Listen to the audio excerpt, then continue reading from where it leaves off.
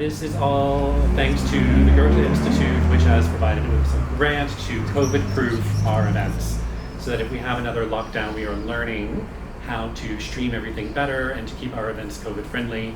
So if we need to go back to social distancing, we can keep up with our programming. So we're very grateful for that. We apologize as we're still learning how this is going to be. This is our first time doing it in this space. So that's it for me. Thank you guys. I'm going to hand over to you.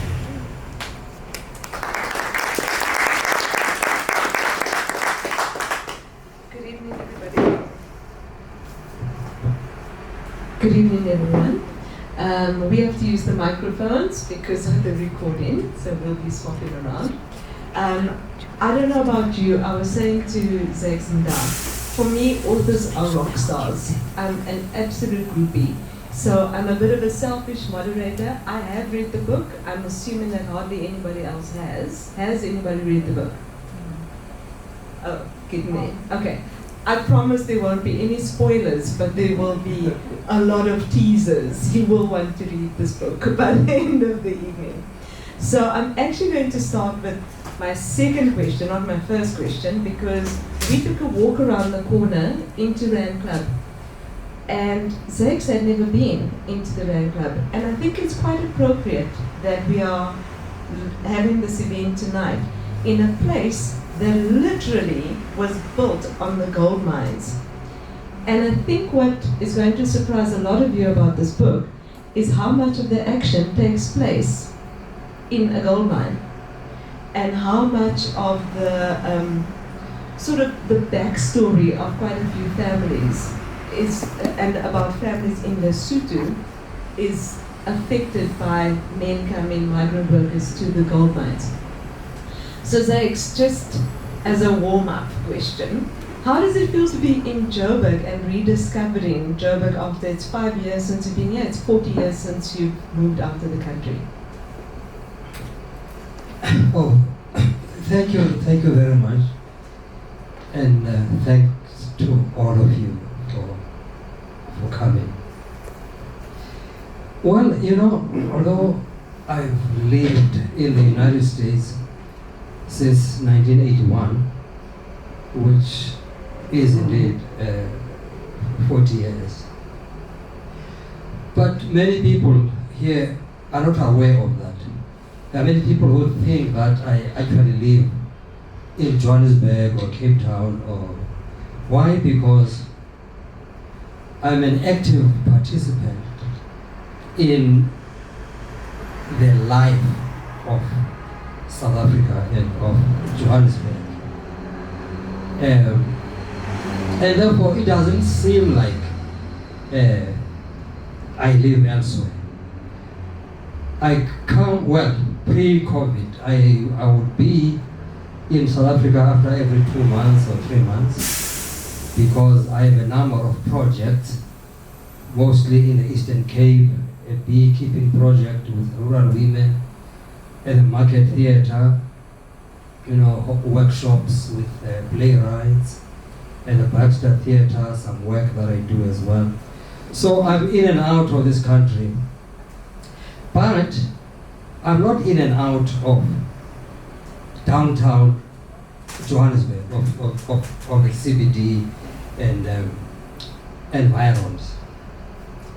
I think it's been many years I've been around here.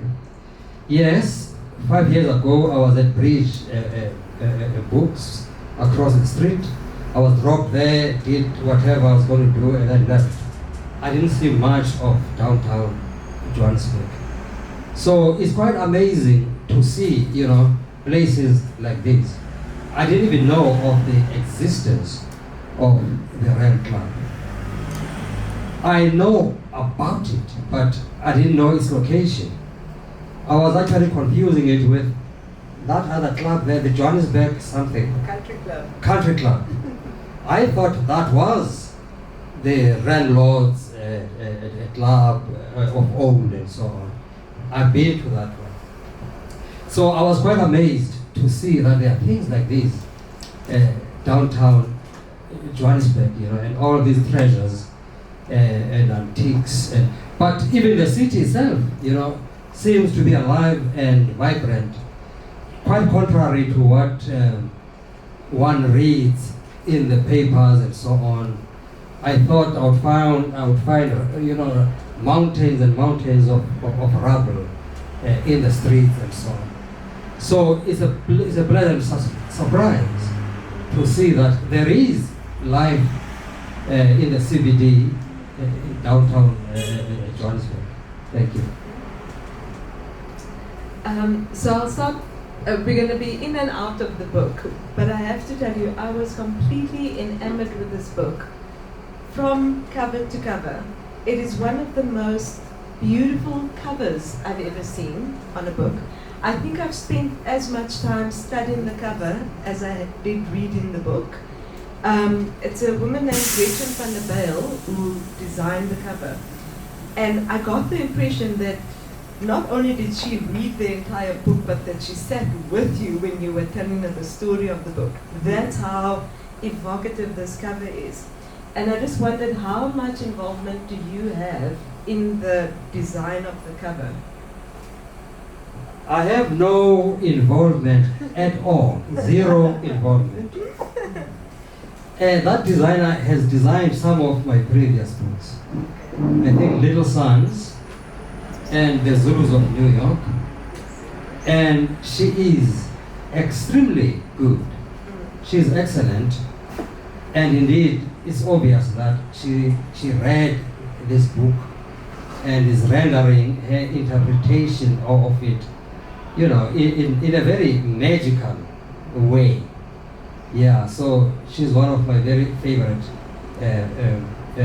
book cover designers.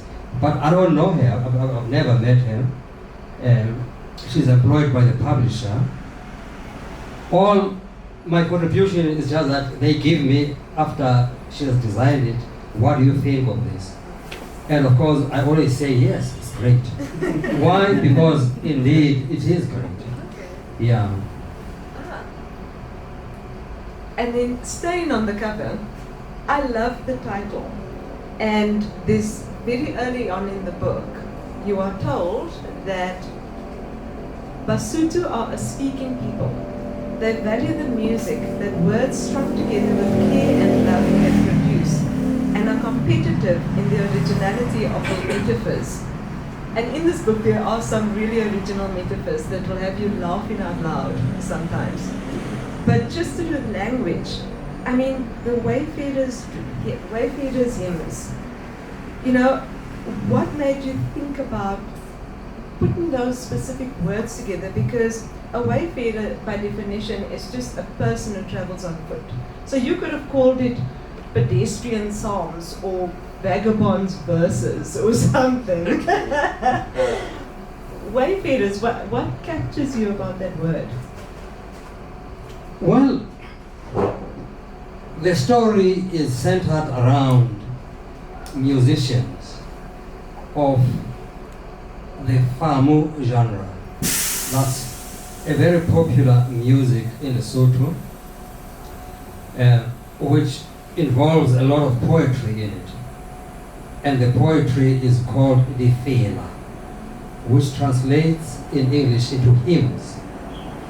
A song would be a song, it would have the sung part, where the singer sings, the chorus boys, sometimes girls, will be backing that. And then the accordion is very important in that genre. Accordion and drums. And then at some stage then, the singer recites poetry. And that poetry, those are the hymns. But they are not religious hymns, they are secular hymns. They have nothing to do with religion at all, but they are called the fela. Now these singers of the fela, or the genre itself in Lesotho is known as the fela zama-zamas, or the fela the fela bahatau, which means the zamana translates directly, the hymns of those who traverse the land. which means, of course, wayfarers. So the title of the book itself comes from the name of the genre itself. The genre is known as the zama-zamas, the hymns of the wayfarers, the hymns of the travelers, the hymns of those who traverse the land. And indeed, these singers are like the old troubadours of old, who would travel from town to town, playing their music, entertaining people, reciting their poetry and so on. So that feeds exactly into my next question. I suppose I'm assuming that, like me, most of us here this evening are actually quite ignorant of Famo music, of life in Lesotho, of a lot of things that happen in the book. So I did a lot of Googling while I was reading, quite a bit of research, and I found this description. It says about Famo music. With its unparalleled use of the accordion instrument, command of phrase poetry, and storytelling ability, Famo music has for many decades captured the culture and lifestyles of the Basotho people. So that, together with your description, it all sounds so romantic and just beautiful. And when you listen to the music, it's quite interesting, interesting sounds, and it makes you want to move, when you listen to the Famo music. But what I discovered in this story is that there's a ruthless, violent underbelly to the Famo industry, the Famo music industry. Where does that come from? What's the history of that violence? Well, in fact, it is the violence that led me to write this novel. When I grew up in one of the districts of Lesotho, Mafeteng, we knew of this music. It was popular even then. And when I was a professor at the National University of Lesotho, I would invite some of these musicians to play for my theater company, the theater of the students there, because we were using what then was known as folk media, in other words, indigenous modes of communication, of entertainment and so on, in our theater. So I was quite familiar with some of the musicians and their music.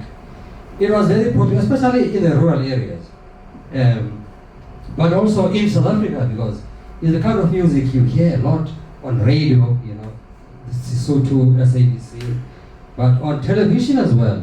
Some of the programs that play traditional music of South Africa. You hear the Famo music. So it's a very familiar music to your ears, even if you didn't know what it is called.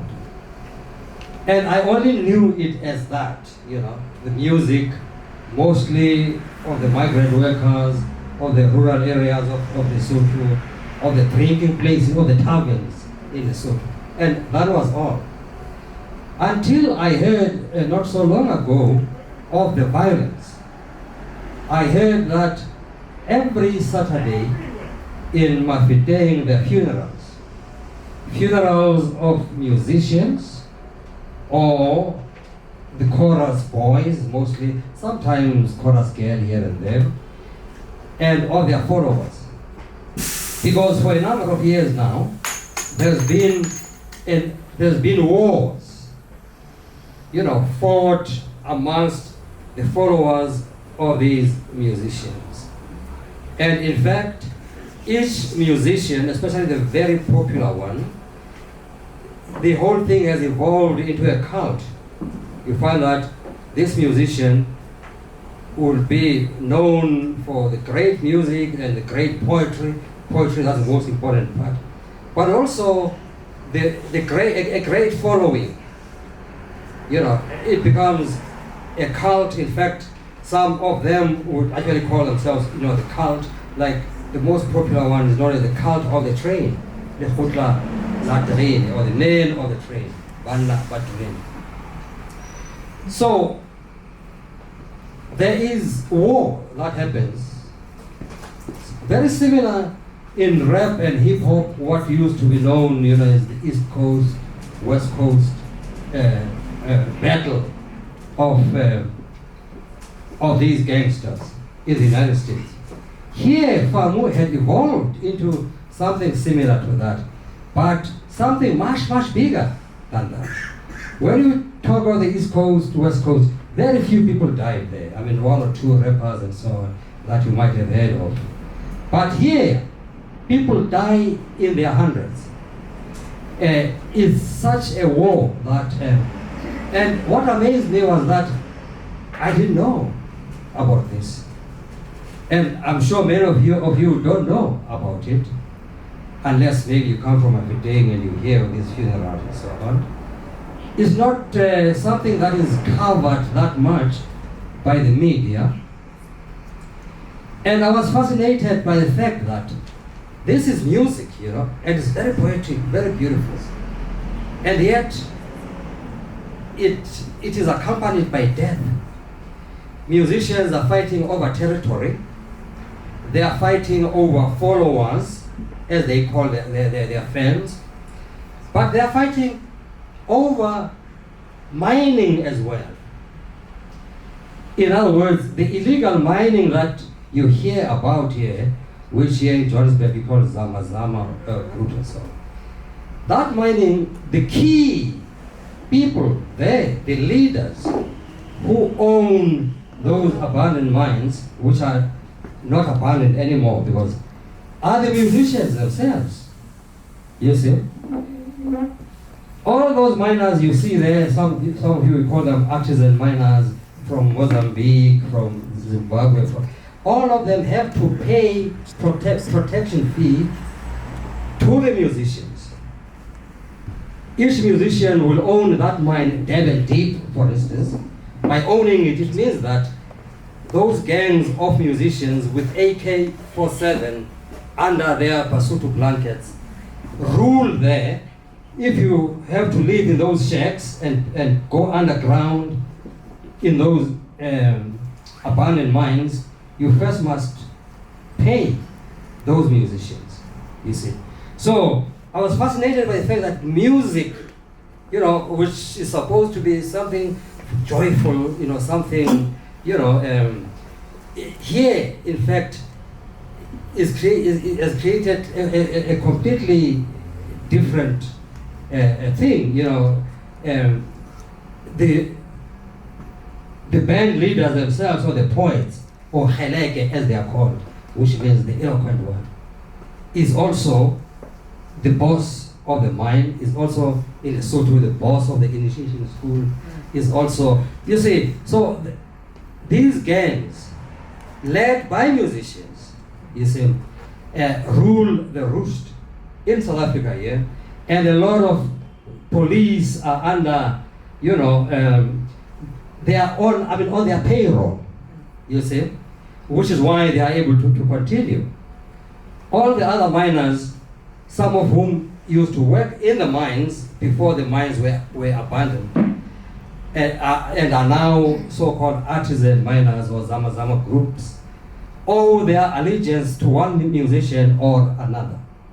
Sometimes one musician who owns Delcom, the mines there, will invade Devon Deep trying to overthrow the musician who leads that area. You see, and that's where the deaths come from. You see, the deaths come from the music itself, because musicians are making a lot of money. That music is quite popular, even here. And then, of course, so the battles are over the music, but they are over other resources, such as the abandoned mines and so on.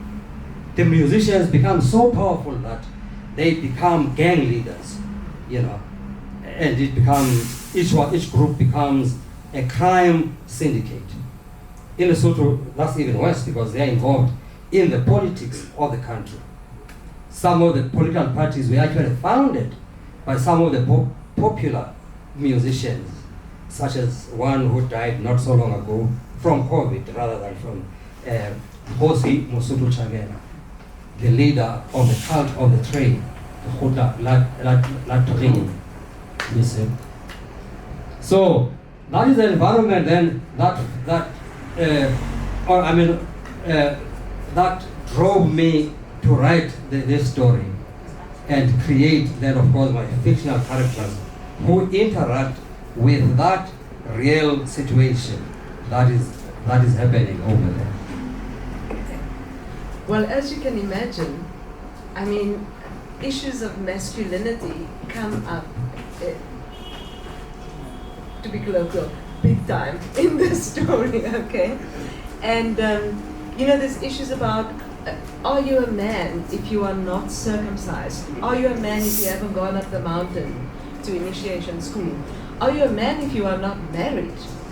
Can you call yourself a man if you won't kill for your cult, for your group? Are you a man if you are too afraid to go down a mine and actually dig for gold? There's a whole lot of questions of masculinity that come up. There's a lot of what we now call toxic masculinity that comes up. How did you manage to create such a sweet character? The main character, boy child, is so sweet. I mean, you just adore him. How did you create him within this toxic environment? Yes. Well, as you know that in fiction, harmony doesn't work. We always need tension. We need conflict. We need contrast. So it was important for me that my fictional character, whilst I have, because in the story I actually have the real life gangs. The guy I was telling you about who died recently, who was one of the biggest of them all, and who owned most of Velcom, and part of, when I say Velcom, I mean the abandoned mines there. And part of Johannesburg, Rudiport, those mines in Rudiport and so on, and part of Northwest as well, were owned by this guy, Hosi Mosotho Chagere, the leader of the cult of the trade. I have him as a character here, but whenever I have people like those as characters, I never make them do anything that they did not do or could not have done, because they represent the real life situation that I'm trying to show you. But of course, it is fiction, it's a novel, so the story is always driven by my fictional characters. And the person we are talking about is a fictional character, a young man who aspires to be a musician for the love of the music and the love of one of the heroes, a real life hero who died, who was also a Famo leader, but who was reputed, to be cleaner than the rest. But that may be doubtful, And so thus he aspires, to be a great musician, but does not like to be part of the gangs, which was a good way to make that contrast, and therefore that source of conflict between him as a great likheleke himself. Likheleke means the eloquent one, but then who then is work together with some of his music, but insists that he's going to sing about love, about things like that, when others diss each other, insult each other in their songs, which are real songs, because I use real lyrics of those songs in my story as part of narrating the story, you see. So these musicians, of course, are people I met and talked with in the process of, after my discovery that, this is a music of violence much as it is a beautiful music of poetry.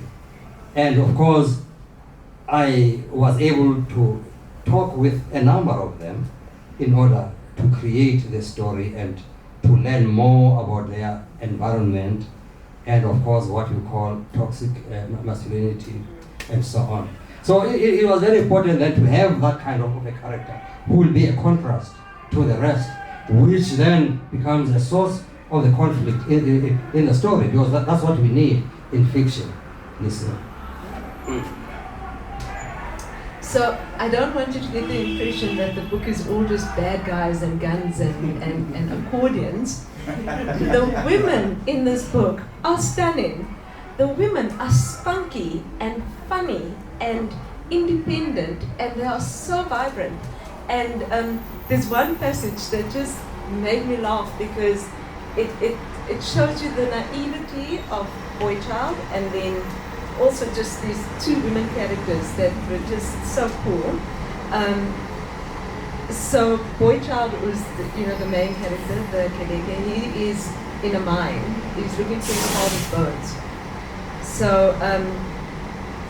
So they're down like 500 meters or something in the mine. So it says, it turned out there were two scantily dressed women sitting on a rock, maybe 500 meters under the ground, in the heat of hell. No wonder they were scantily dressed. We are available for a quick one, said one of them. You are miners too? I asked. Yes, said the woman, but we don't mine gold, we mine men. We service them so that they get more strength to mine the gold, said the second one. We are very cheap and are good at our job, said the first one. Try us. Maybe next time, I said, waving goodbye. So that him, he's so sweet. And these women, they're light and they're fun. In the meantime, they're stuck down in the ground, 500 meters down, as prostitutes, because a lot of the zama-zamas, which I didn't know, go underground for days and sometimes weeks and take supplies. And so these women are also the suppliers, of the service. But then you get women like Boychild's sister, Molly Eli, who is also just fantastic, and his girlfriend, and the women are actually pivotal in the story. So for you, tell us more about the women and their roles in your books in general and this one in particular. Well, I mean, women are there in this book, and you say in others, precisely because they are there in life. As some of you might know. You see? Yes. Well, in the case of what you have read there now, it was another one of my discoveries, because these things are happening just in Ruliport here. You know Devon Deep and the shacks there and so on. But I was amazed that I've lived here for so many years. I interact with South Africa all the time. Why didn't I know of this other life there? It's because even your newspapers, they will talk, 4 zama-zamas were found dead somewhere, and that's the story. There's never any investigation of who were they, what did they come from, what is the culture in those shacks and mines there, and so on. Because, you see, until a fiction writer comes, because of course, in fiction, you have to be detailed in these things. Then you have to go down to the mine, even though this fiction writer is scared of heights and of claustrophobia and things like that. Because you want, when I describe to you that environment, it should be the environment that I've seen. And so, in fact, some of these miners will go down, because when you go down, you have to pay for going down, to dig there and get the rock. And then when you come out, you pay again. Where does that money go? To the leader of the cult. So, the discovery that in fact down there is a whole life that happens in that steamy, hot area. Miners will pay to go down, and they'll be there for days, sometimes for weeks. But it's a different kind of a Russian now. So the violence then you see, it's a very symbiotic, it's like you say, it's the chicken and the egg. Each one informs the other. Which comes first? Was it the song, the violent song, or was it the violence? So it is just like it's the chicken and the egg. Right. Thank you. Just to start the room, I'm a big fan of your work. I think Madonna of Excelsior is easily one of my favorite South African novels. Thank you. I'm looking forward to getting into the Wayfarers Hymns as well. I've just noticed that recently there's a huge, going back to what you said about hip-hop with the East Coast, West Coast beef, quite right. We only know two rappers famously that died, namely Tupac Shakur and Christopher Wallace, better known as Notorious B.I.G. But what's interesting with the US and popular culture in general is the new emerging cancel culture. So just a few weeks ago, we saw Dave Chappelle saying horrible things about the LGBTQ community, and immediately there was a call for him to be cancelled. We've seen R. Kelly, some stations no longer play his music. Why is it that someone like Mosotho Chakela, who's central in your novel, who committed such atrocities, allegedly, let me be careful, rather than him being cancelled, his star continues to rise, people continue to worship him, he's seen as a martyr. What informs that? And what, even his death, people were even saying it's a pity he died of COVID. A man like this should not have died of COVID. He should have died in war. Yes. So there's a celebration of his violence and all of that. Despite social media nowadays, no one's calling for his cancellation or anything. So I'd just like to explore that with you. Okay. Well, I also grew up in Soweto. And when we were growing up, we used to admire these gangsters because they would be heroes. We admired them mostly because, of course, they gave apartheid police a hard time, and therefore, even though they were gangsters, they were also our heroes when we were growing up as kids.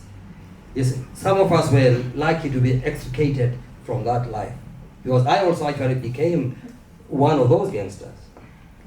But small time one, not so much, And then of course I was fortunate that my parents, who had some critical awareness, my father being a political leader, ANC president, ANC Youth League president at one stage, and so on, they were able to take me out of that and send me to the rural areas to cool down a bit and become more human. So I know that that's always been, and you find that these gangsters also, to us in the township, they were good guys. They would send people to school, pay fees, and help community members, and they would go out there and steal and kill and so on. And then they would come in these flashy cars, and then we would admire them and their cars and so on. And they would help some families with this and that. So, there was also a lot of Robin Hood kind of situation. But now you ask specifically of Mosotho Chakela, who is a very important character in my book, as himself. He plays a role in my story as himself, in the same way that Pusel Zosiema as herself and other musicians and their lyrics and Famo and so on. All those musicians are here, the important ones. Mosotho Chakela became important because he also became a political figure. Much as he was a gangster, and then of course he had this cult of the train, the Khotla la train, Banna ba train. So you see there's that romance. If you look at his videos now, you'll see them in those black and yellow blankets. There's that whole group of people singing, even when they are threatening others in song, it's always, Ka Mukhawari Koviso and so on. It's a very beautiful thing to behold. You see, he becomes a heroic figure at that time because of the music and his beauty and his gift as a poet. You see? And then, of course, a person like that, when he goes out to do the other things, the predominant thing in the minds of the people is the music and its beauty. And then what he did was to capture the political thing there in Lesotho. He became actually one of the founder members of the ruling party, and became an important person as a political figure in his own right. Once he continued as a musician to record great music, to be played on the SABC TV, that program, the program which plays that music. Roots, there's another called Roots also. That program. So, I mean, he was a very admirable figure, because even in his praises of himself, he looked like a very lovable, roly-poly kind of guy. You would love him too if you just saw him there dancing, and doing his roly-poly thing. You see that? That was Musuluche. And then what happened? Whilst I was writing this novel, it happened that this guy actually was the hitman that killed, well, you said allegedly, so maybe I should say so too, because you lawyers allegedly killed the first lady of Lesotho. You remember that? So my brother, who's an advocate in Lesotho, was the lawyer of that first lady who was murdered. And that first is a woman I knew very well when I was growing up there, And of course, she being the client, my brother's client, and therefore my brother kept a lot of her documents, which she had to, or he, my brother, had to hide somewhere in South Africa here. Because, the police would go and search his place and so on. So he allegedly killed that first lady on the instructions of the new first lady, in order to marry the new first lady who was keen to marry the prime minister. Musicians were involved there, So this guy was on the run for a long time. The police in Lesotho were looking for him for that murder charge, because at that time, even the first lady who allegedly, I must not forget to say allegedly, but in my book I don't say allegedly. Because you see, I researched these things. The first lady was actually arrested and charged with murder when I was still writing this. So I put it there as well. And then Musulu Chagela was on the run. I put it there as well. When I was writing the book, he was still on the run. And then, of course, once he was on the run, COVID hit. And he died of COVID. You see? And many people, even his followers, were rather disgusted that this great man should just die of COVID. He should have died a more heroic death, or death of the gun, as they call it. Lifu lasitunya, death of the gun. He would have killed, but then he would have been a hero, even to his followers. Others were happy that, well, COVID or not COVID, it's good that he's gone. Those are rival musicians, but also those who were on the receiving end of his gangsterism and the murder of that first lady. You see, all those things, that's real life that we are talking about. Find this way in my fiction, because, that's how it happens. Yeah. I don't go into details on all the things I'm talking about now.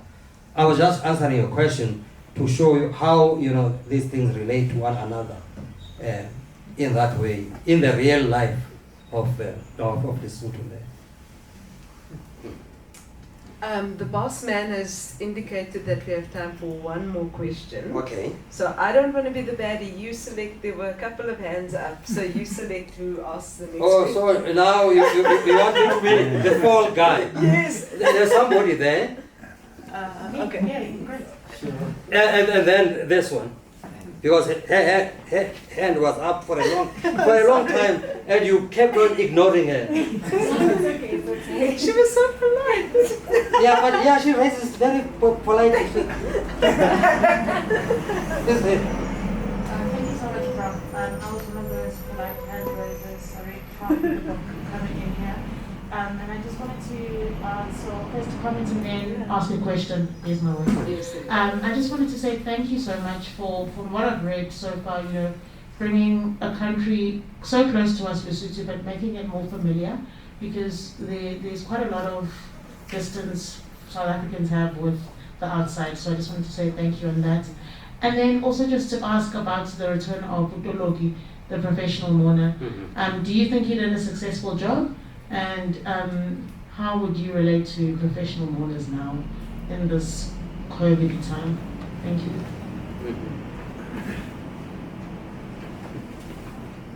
I'll try to be short so that she can answer. She can ask a question as well. Well, Toloki, the professional mourner. When I started writing this novel, I didn't know that I would have to invite him into this story. It just so happened that there was so much death. I was talking about this funeral and that funeral, the death of these musicians or their followers, or the chorus boys. They are called chorus boys actually. They are mostly graduates and graduates of initiation schools in the mountain villages. That's where they recruit these guys. Why? Because they would have much more loyalty, that way.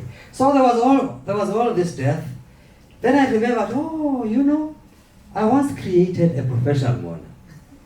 Maybe this is the place for that mourner. So that's how then we meet him for the first time in this novel at the funeral of Famo. Famo was a real life great Famo musician who actually did die and had the funeral. But then I hijacked that funeral and put Toloki in it there as somebody who's there, to take a look. Why? Because he has come to introduce himself as a professional mourner. This just happened by chance, actually. Just thought, okay, let me bring Toloki and Noria, because they were still together at the time.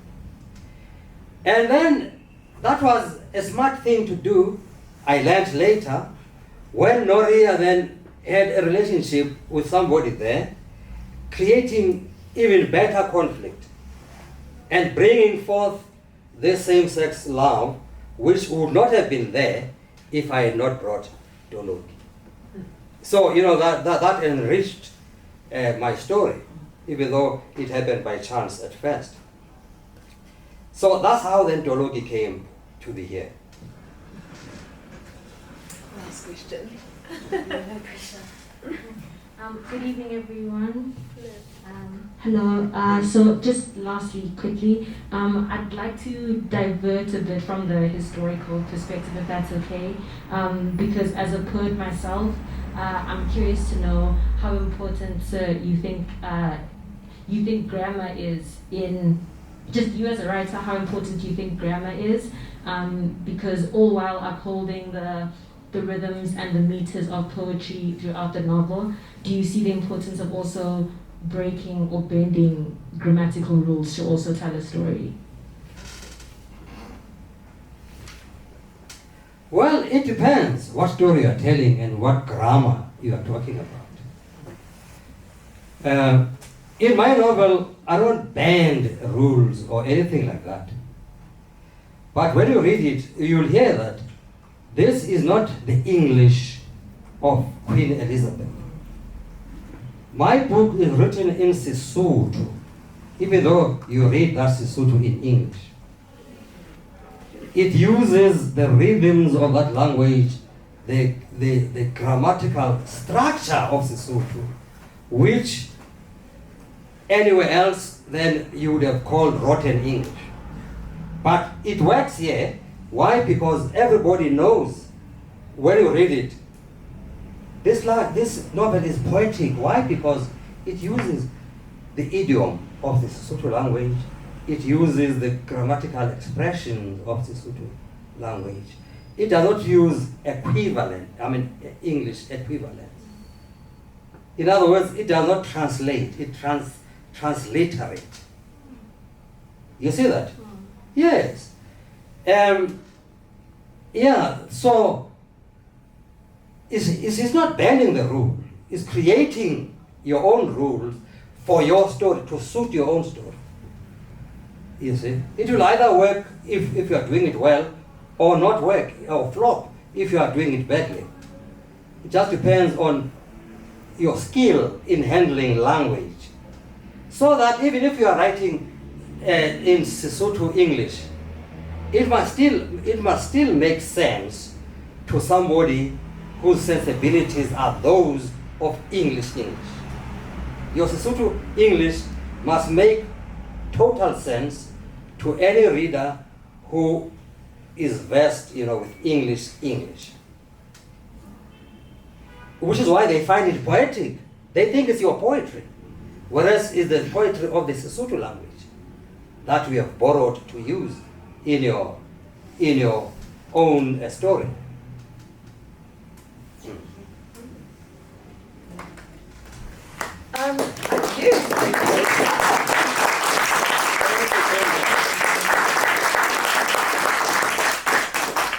I can't think of a more fitting end. That is actually a beautiful question, just to remind us all about the beauty and the fluidity of language, and the beauty and just the gift of reading and of writing. And I'd like to thank Zakes Mda for being here this evening, giving us of his time, and for giving us another beautiful book to enjoy.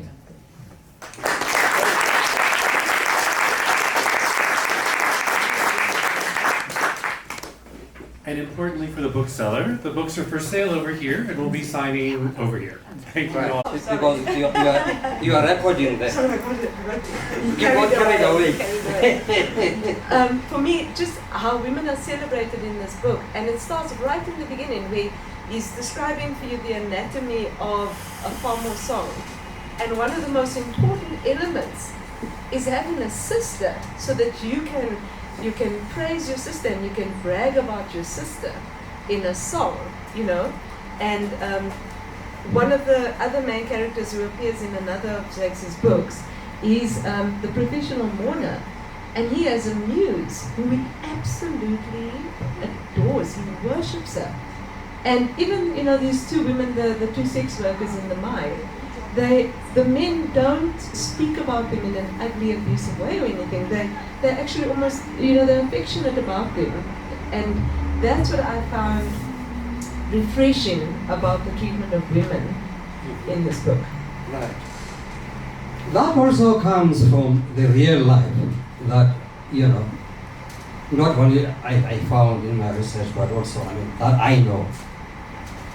Oh yeah, even in that environment, there is gender-based violence, and a lot of it too, which is quite a contradiction of what we are saying. What we are saying is really based on, for instance, in those villages of Lesotho, the hymn singer, likheleke, every hymn has, set, 3 or 4 parts to it. A hymn is actually a song of praise, as your Googling told you. You see, at first the hymn singer will praise himself. It's very important. That's the beginning of a hymn. You praise yourself and how great you are, and whatever qualities you think you have that are great. In most cases, they are part of that toxic masculinity, how tough you are, you are a boy child who's going to be devoured by the vultures. In other words, you are some weakling who'll be buried, you'll be eaten by the vultures. That's where actually even the name of my main character comes from, boy child, Wanamushanya. So that's the first part of the hymn. The second one, you then praise your sister. I am so-and-so's brother. My sister, well, the beauty, whatever other qualities you think of. The sister is very important. Now, if the likheleke doesn't have a sister, if the eloquent one, the poet, doesn't have, so the best you will do, of course, is to sing about your rachad, which is your aunt on your father's side. That will replace then the sister. But the key person is the sister. That is why this character, even when he's traveling there, he is known as Mudie's brother. In other words, his identity is tied in with the sister, you see, which is what makes him important. You see, so that's where then you see how these women in that case are worshipped. That contradiction I was talking about, because that doesn't mean that there is no gender-based violence there, But to the point, the sister is crucial. Then the next part, of course, the poet praises the chief of his village, or the senior chief of the whole area. And then the fourth, which is also very crucial, the land.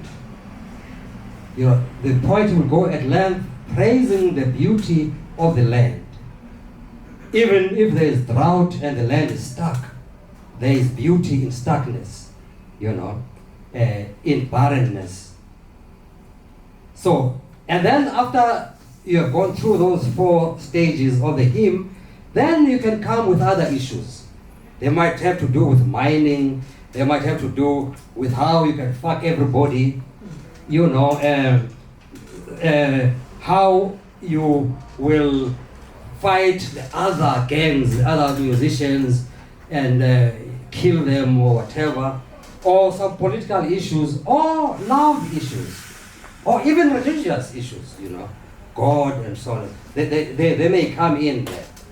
But everything that comes into that poem or that hymn must come after you have praised your sister. Well, yourself, your sister, the land, the chief, the land. So that informed then my own treatment of those women. Because everything I wrote in this novel was informed by the hymns themselves and their content and their world view, you see. It is a world view that values the woman. But as we have seen somewhere in the story, where these women are beaten up, do you remember that part? It is a world view that can be very brutal and savage to the woman. So I do show that as well there. You remember where, that other woman almost dies. Well, we won't say why. We won't say why. Or should we? No, we shouldn't. Oh, okay. Yeah. Spoiler alert. Yeah, so there's that beauty and the brutality and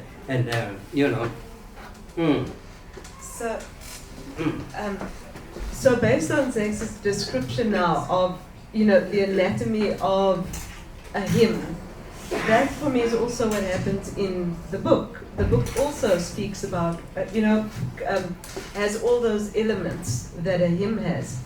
And one of the elements that I really liked was the medley of love stories. There's love stories as well. There's a little bit of everything in this book. And the love stories for me is, the protective love that boy child has for his sister, Moriele. Then there's this passionate, absolute adoration that the, is it Toloki, the professional mourner, that he has for his muse. And then you have boy child himself, who falls in love with the dancer. And then, surprise, surprise, Moliele gets a secret lover. And these love stories add a whole nother element to the book, it's just a whole nother level of depth. So are you a shameless romantic? Well, the love story is crucial.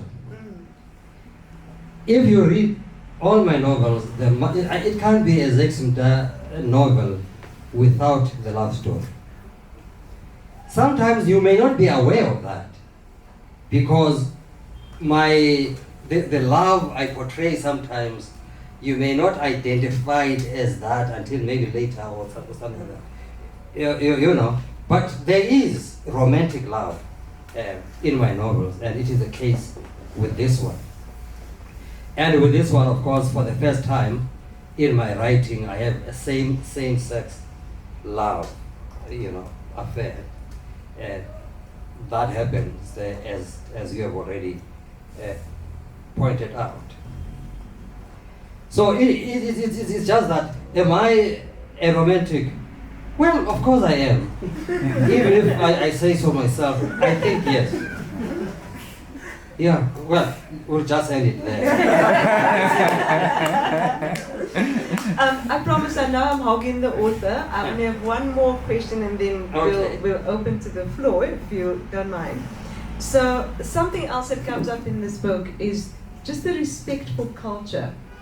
And there's one place where Boychild is in Johannesburg. So this book, I'm telling you, we go from the mountains in Lesotho to the taxi ranks and the townships in Joburg. You're going to see a Joburg that we think we know a city, but you'll see a Joburg you don't know. And so anyway, he is visiting an old friend of his late father, who's helping him to find his father's bones, and he's at the house in Soweto. And he says, he's having a conversation with this man. The man asks him a question, and then he says, I was impressed that he was choosing his words well, respecting the Sesotho language, because this man asked him a question in kind of very respectful, in a respectful, traditional Sesotho manner. And then in the same visit, the old man calls his niece or something, and then quote, to bring me a bowl of motoho fermented porridge, which surprised me. They ate as if they were still in a Lesotho village, close quote. So what I wanted to know, you've been in the US for a long time. Yes. What aspects of Lesotho culture have you retained in your home in the US or in your life in the US? Does that make sense? Yeah, no, it does. Well, I think all aspects, really, because another way of asking that question, in other words, the way it's been framed before, the way I've been asked, what do you miss in South Africa or even Lesotho, which is my other home, actually. What do you miss when you are in the United States? My answer is always nothing. Nothing at all. The reason being that I carry my South Africa with me everywhere I go. I carry my Lesotho with me everywhere I go. So there's no way I can miss what is in me and what is with me all the time. I've lived in the United States for 40 years, from 1981. But my home, the culture of my home is Sesotho culture. The food we eat, the language we speak. Well, my wife is Swati, so we also speak Nguni languages as well. The books we read, the interaction we have with you all on social media, the politics of South Africa that we participate in, and of Lesotho, even when we are in America, on a day-to-day basis, we know what is happening here. Sometimes I get communication with you, Lerato, for instance.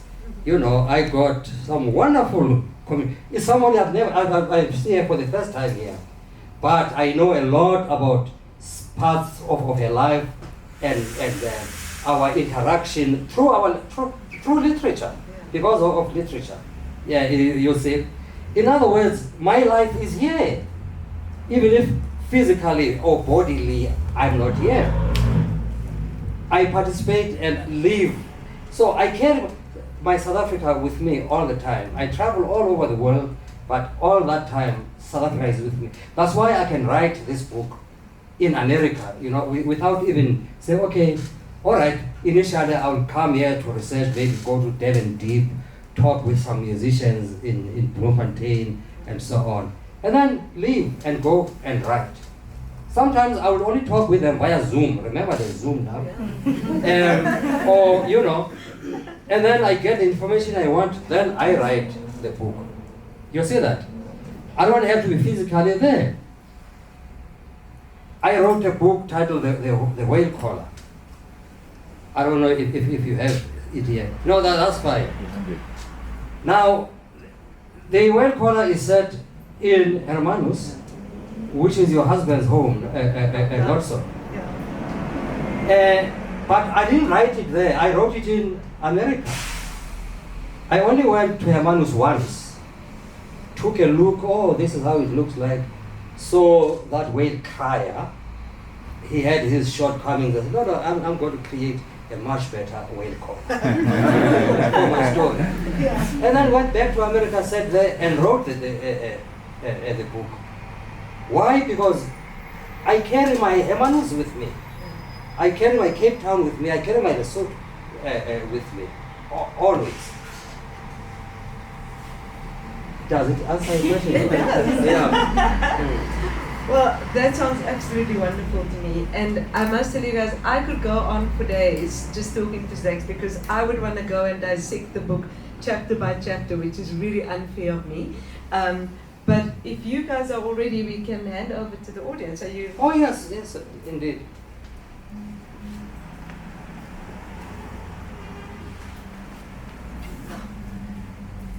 I'm actually not sure what I'm going to ask as a question. I actually did research on gender-based violence in Lesotho, and I looked at, I was up in the highlands with the herder boys, and I just wondered whether that dimension came in at all in understanding a source of violence. Because you talked about the musicians, and it was just curious where exactly you were imagining these people that become the musicians come from. And the other thing is there is a huge problem with gender-based violence, but one of the things that came up was that women were sometimes violent towards the men if they weren't able to provide enough money for the family. Yeah. They beat them up all the time. You are quite correct there, Usually we think gender-based, those on the receiving end are always women. But in fact, the situation we are talking about is quite accurate, that a lot of those women, don't play. There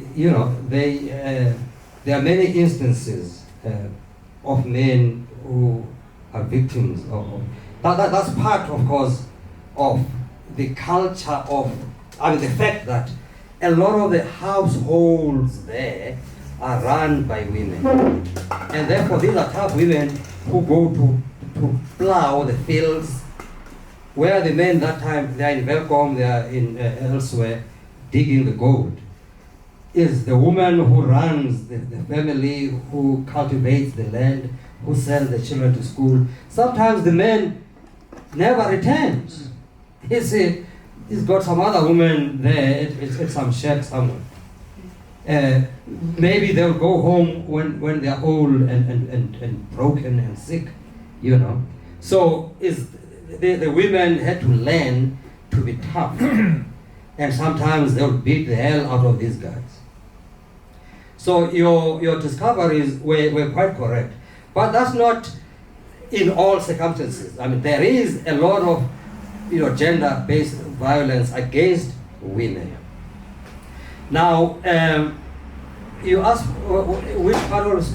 Yeah, just where the... Well, you see, in the real life of Lesotho, the best musicians come from Mafeteng district, which is the district where I grew up. And that's where you find most of the funerals. Because the leading musicians, whether they are male or female, for instance, one of the best female hymn singer who's well known is Puseletso Siena, named Puse, you see, who was very famous even in Johannesburg. You go to Mapei class in Awana and a lady Piri, which are predominantly Sesotho townships in Soweto. You talk of Puseletso Siena, they say, oh, that woman, that's a woman of the gun. You see, she's known, even though she reformed long time ago, she's just a grandmother now in Lesotho there, playing with her grandkids. But her reputation as a woman of the gun remains. You see?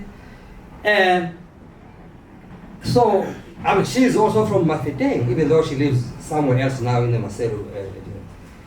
Mafeteng is an area, there's an area there which is called the Accordion Triangle. These are three important villages where the greatest Famo musicians come from. So that's why in my novel, that's the center of my story in Lesotho. That's where it begins. When it goes to Bloemfontein, to Soweto and so on, they all come from that triangle, the accordion, which is in Mafeteng district, which is the district where I grew up. You see that? So that is a specific area, which is the historical area of, yeah. So Puseletso is also in the book, just FYI.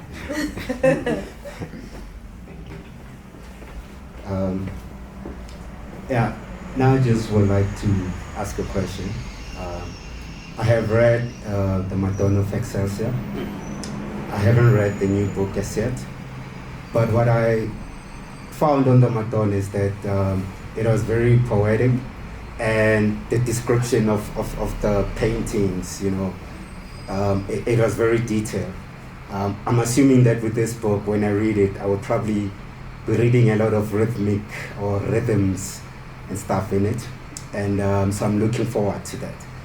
But what I want to ask is the Famo music. I grew up in Soweto, and I grew up from a family of mixed, we Zulu and Sotho at the same time. And we used to listen to a lot of isiZulu music, Sikatemeyo, Mbaqanga and stuff. Yeah. And we used to listen to a lot of Sesotho music. Like many families, we were listening to Radio Sotho. But what I want to ask is, the music has always been inspirational, and it's been a mix of music. But I found that a lot of the younger guys are the ones who've made the music a bit more gangster. But I want to know, do you think that with the rise of the zama-zamas, did that influence, the kind of Famo music that is coming out now, or did it influence the violence, or was it something that has always been there before? Perhaps maybe I was still a child, I was not allowed to listen to some of the songs with much more hardcore lyrics. But I just want to know, do you think that is the case, or it's something that has always been an issue? Thanks. Yes. Now, starting with Madonna of Excelsior and its rhythms and so on. Those were informed by the paintings. The paintings of an artist called Father Clairhout,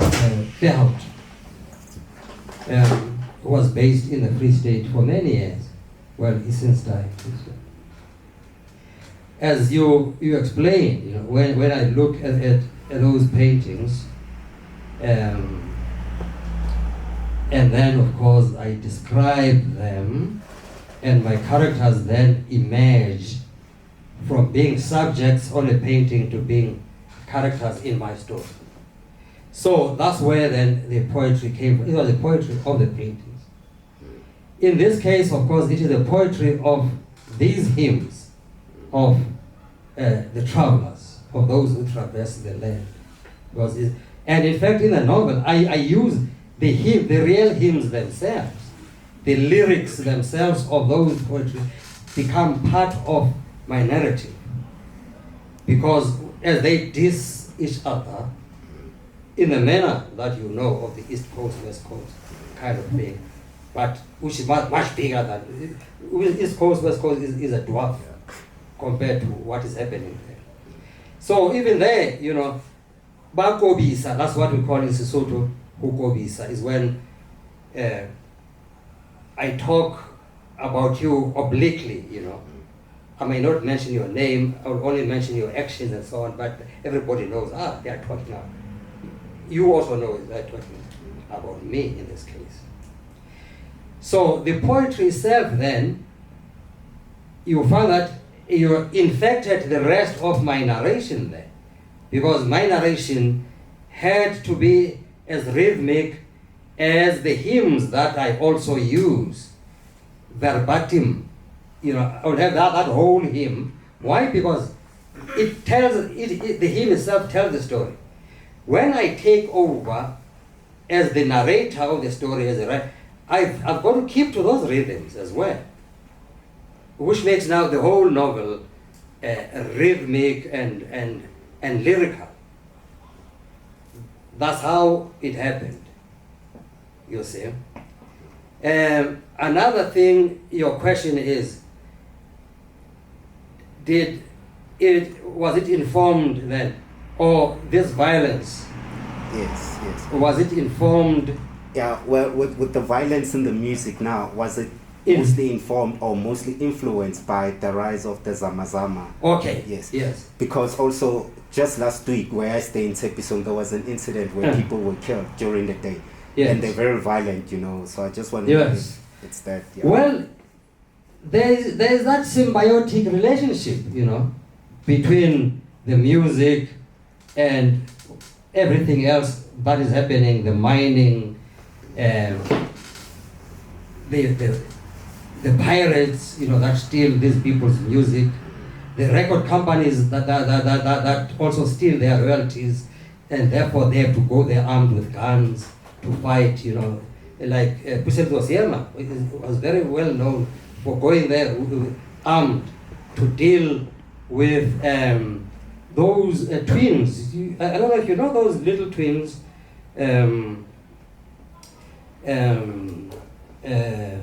What was their last name? The Krog brothers. You don't know the Krog brothers, Soli and the other twin. Some of you should know the Krog. Well, I mean, you are too small to know. You are too young, maybe, to know. Those Krog brothers who manufactured, you know, those skin lightening cream, Super Rose, which is where they made their million. Super Rose, Ultra, and the Extra, and so on. Those Krog brothers also, you know, recorded a lot of these musicians. And Gallo, of course, you know, which still exists up to now. Pusela Zosiema was known to go there, you know, armed, to fight for her royalties, you know, which was something new, because in the olden days, you know, these groups, when they didn't know the business of music, they would just go there to the studio, the record, they are given 25 runs, 25, and then goodbye. And then the record company owners would sell thousands and thousands of these and make a lot of money. There were no royalties those days. But then they became wiser and wiser, these musicians. And a lot of the violence comes from the wisdom that emerged later. That there's something called royalties that we must get. And we must fight for them. And then, of course, other musicians emerge. The other one becomes more popular than the other one. Then the other ones want to kill that one. So they are fighting over music and each one wants to be more popular than the other. And then now come the ancestry, namely the Marashia of old. These were the gangs which are known as the Russians. They were not real Russians. They are Basotho, a gangster in the 1950s. you see, who would then, in the townships that I talked about, Sinawane, Piri, Naledi, Mabetla, those are Soweto, 4 of Soweto townships. A lot of the Marashia then would come from those. Originally, they are from Lesotho, you see. And they were known as fighting men, you know, they would terrorize people and so on. And sometimes would be used by the apartheid system. When people were saying azikwelwa, meaning we are boycotting, you know, the transport system, we are boycotting PATCO, because PATCO, there were no those taxis you see, these kumbis, no. PATCO was the main company, you know, that transported workers and so on. We are boycotting them, and then the apartheid police would use the Russians to attack anybody who would give a ride to the strikers, who say would rather walk to the city to work. And then sympathizers, mostly white liberals, would then stop and take and give them a ride to work, you see. And then, of course, that would be the source. The Russians would be used to attack anybody who would give this. So the Russians worked or were paid by the police then, you know, as a weapon of fighting the other blacks who were. So you see, this violence is old. At one stage, it was supported by the apartheid system. But in the 50s, very few Russians used guns. They used sticks, you know. But today, now these musicians of today regard themselves as the descendants of the Russians, of Marashia. Even in their praise songs, they'll say, I am, you know, but although they are not organized as those Russians, each musician has his own cult, you see, which has nothing to do with old Russians. They merely look at the old Russians as their ancestors, and in their praise,